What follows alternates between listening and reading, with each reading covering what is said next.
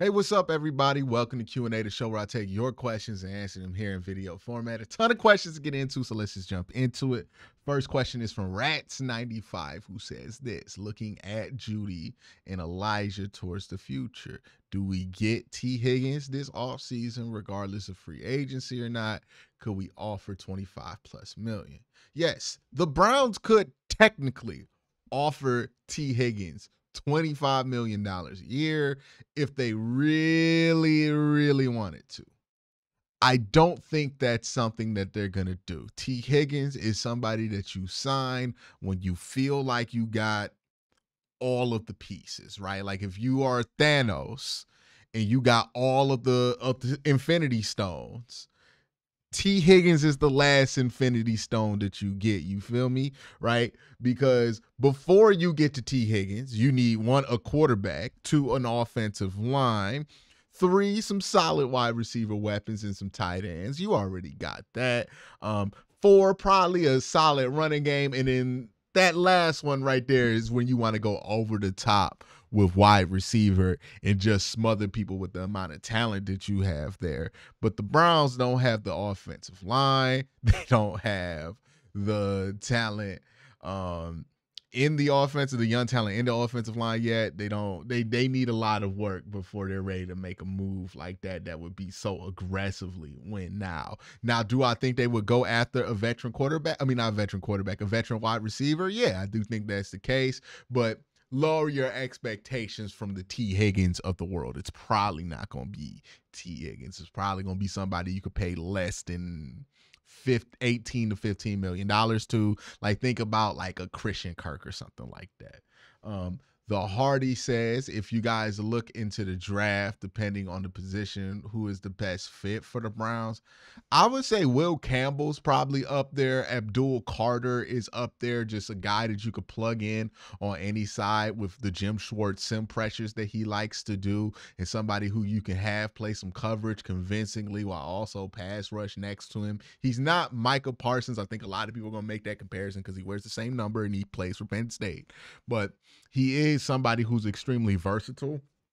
And I think you can pair him up with JOK. You can pair him up with Myles Garrett. You have a nice pass rush there. I think Ashton Genty would be a nice fit there too for the Cleveland Browns. All right, let's go for the next one. Nathaniel says, is there a world where the Browns could get Trevor Lawrence? What type of draft pick compensation or player compensation would it take to get him? And could they, from the salary cap standpoint, afford him, or would this be something that you would like to see? It's a lot of questions in this one, right? So Trevor Lawrence, could the Browns get Trevor Lawrence? Well, that is entirely up to the Jacksonville Jaguars. And if they see this Trevor Lawrence thing is something worth continuing. Now, if you look at Trevor Lawrence's contract, and I'll try to pull it up here, we will see his contract is not crazy immediately, right? Like if you're looking at this contract, it's actually quite feasible for the Browns because 2028 is when you start hitting the bulk of these cap hits for Trevor Lawrence. So 47, 78, 74. That would technically be after you're done with all of your obligations from the Deshaun Watson contract. During the duration of the Watson contract, his cap numbers will be relatively modest, right? $15 million, $17 million, 12. I actually do believe that number goes down if you trade for him, right? So these numbers go down significantly if you trade for them because they would have to pay up some of the guarantees and everything involved with this. The Browns would pretty much eat up all of this stuff at the back end though. But yeah, it would be feasible from a cap perspective for the Browns to go after Trevor Lawrence and trade for him. It would be feasible. Now, the second part of this question, right? What type of draft pick compensation would it take to get Trevor Lawrence? Probably significant, right? Like, I don't know if Trevor Lawrence is good enough to command like the Watson price where he got 3 first-round picks. That was after a year where he got MVP votes. Trevor Lawrence is not having that kind of a season, but they're not going to sell Trevor Lawrence for like a 3rd-round pick. They're probably going to want Trevor Lawrence for maybe like 2 seconds and a 5th or something like that, some kind of weird price tag. I would make this argument. I don't think there's a lot of room for it to make sense for the Jaguars to trade Trevor Lawrence because the price tag for him just simply wouldn't match what you could hope he becomes into. And unless he becomes somebody who like requests a trade, I just don't see him requesting a trade to be very likely. Like unless he's just so fed up. Would it be something I would like to see?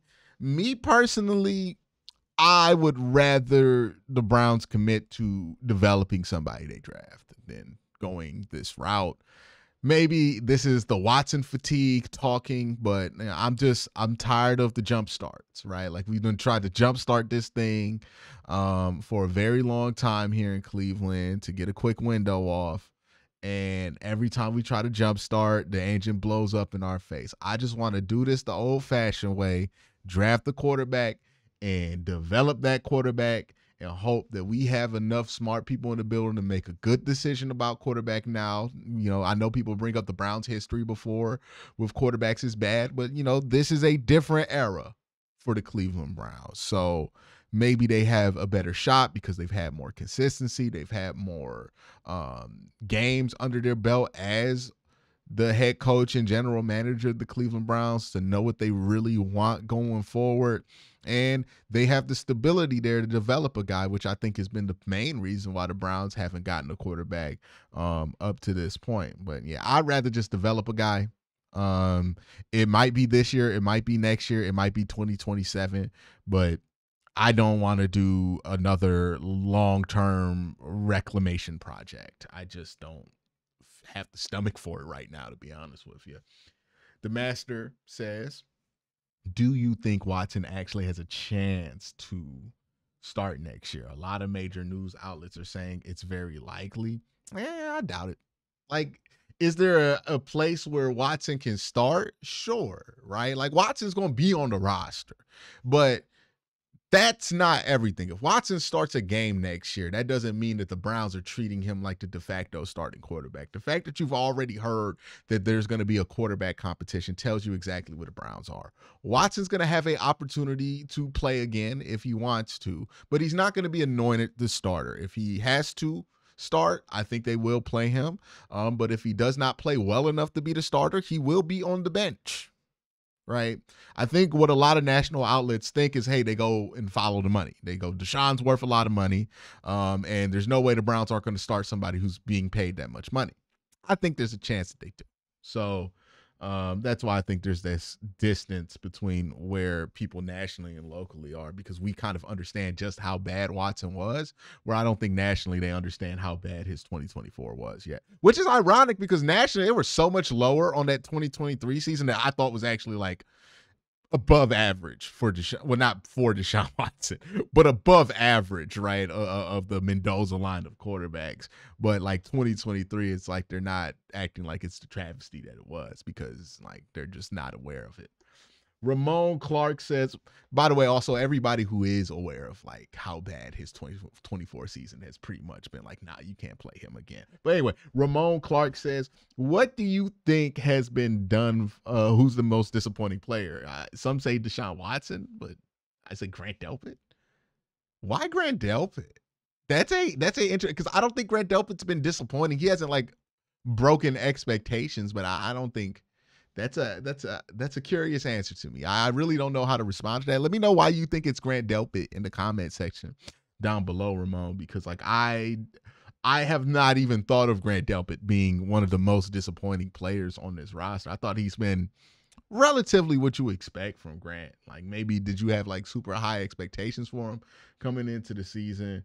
The answer to your question, though, is Deshaun Watson. Like, that is the most. You were expecting him to get back to Pro Bowl form, and he ended up being worse than Jameis Winston.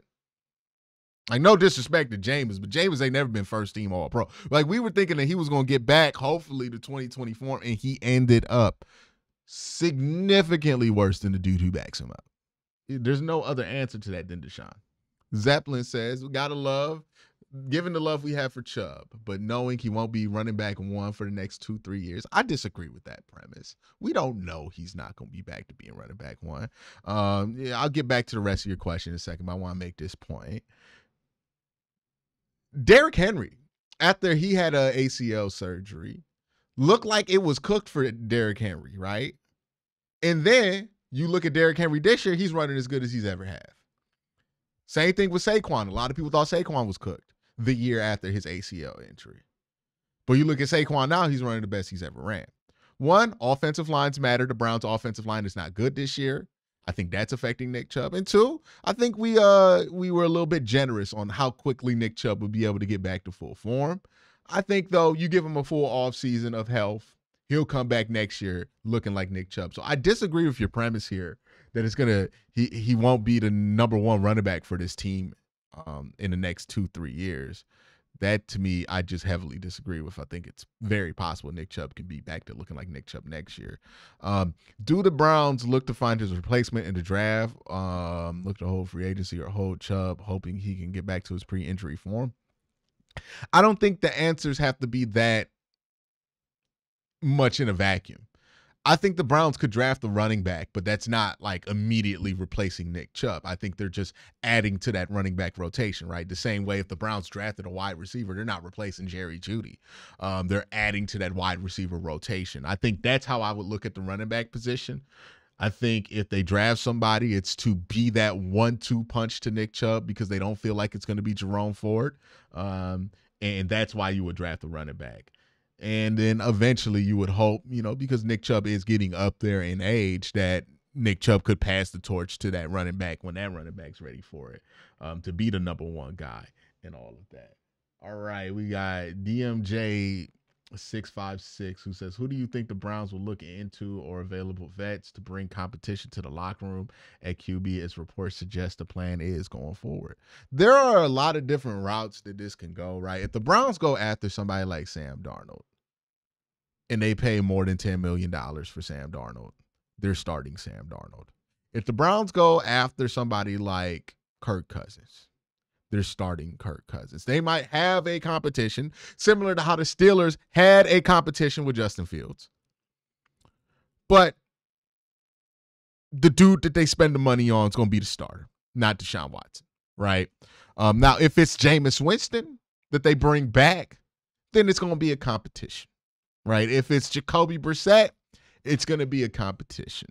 If it's, who's another, Joe Flacco, or somebody like that, somebody along that range of quarterback, then it would be a competition. Now, in the other direction of a fake competition would be if they're like, hey, we're going to have DTR and Deshaun Watson compete it out for the starting job.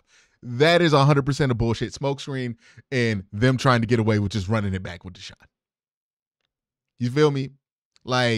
So it depends on what kind of competition are they looking for. Are they looking to just get out the paint with Watson? If that's the case, then if they spend any resources significant over like $10 million a year for a quarterback, then that tells you exactly what they about to do. They moving on immediately. And we ain't even got to discuss. They spend a first-round pick, a second-round pick. That's competition, right? If they roll out Jameis in a draft pick, that's a legitimate competition. Or something on that Jameis level, maybe a draft pick involved, that's a legitimate competition.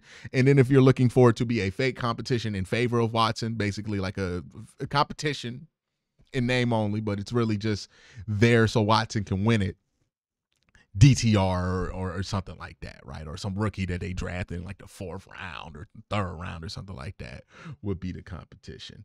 And that would be a problem. Right. But that's kind of how I look at the competition. Mike Wack says, if we somehow get Shador, do you think we should sit him for a year? And if so, who would you want to sit him behind? If I got a quarterback, like no matter who it was, I would want that quarterback to get as much time as possible to prepare themselves for the NFL game before playing. Right. If I got a tough stretch at the beginning of the season, I'm going to throw somebody out there to eat that tough stretch. Like I want to make sure that their confidence can be relatively preserved from the slaughterhouse that is the NFL, especially for a rookie quarterback. So yeah, I wouldn't want to sit them. I don't think you could do a whole year. I think you could maybe do half a year, right? Jacoby Brissett is always a good patsy in that situation because he's always willing to do what the team needs him to do. He's a professional. I would probably roll with a Jacoby in that situation more than a Jameis, because Jameis is somebody you play if you're trying to win, right? Jacoby is somebody you can always bench. Jameis, you might get some backlash for benching him because he might be playing at a well enough level. So if the plan is to move on to the new dude, then you do that with like somebody like Jacoby Brissett. So that's what I would think you would do. Like you would probably go a tier down on backup quarterback to make that happen. But that's my thoughts and my answers to your questions. Let me know your thoughts in the comment section down below. Y'all have a great day. Have an even better night. Peace.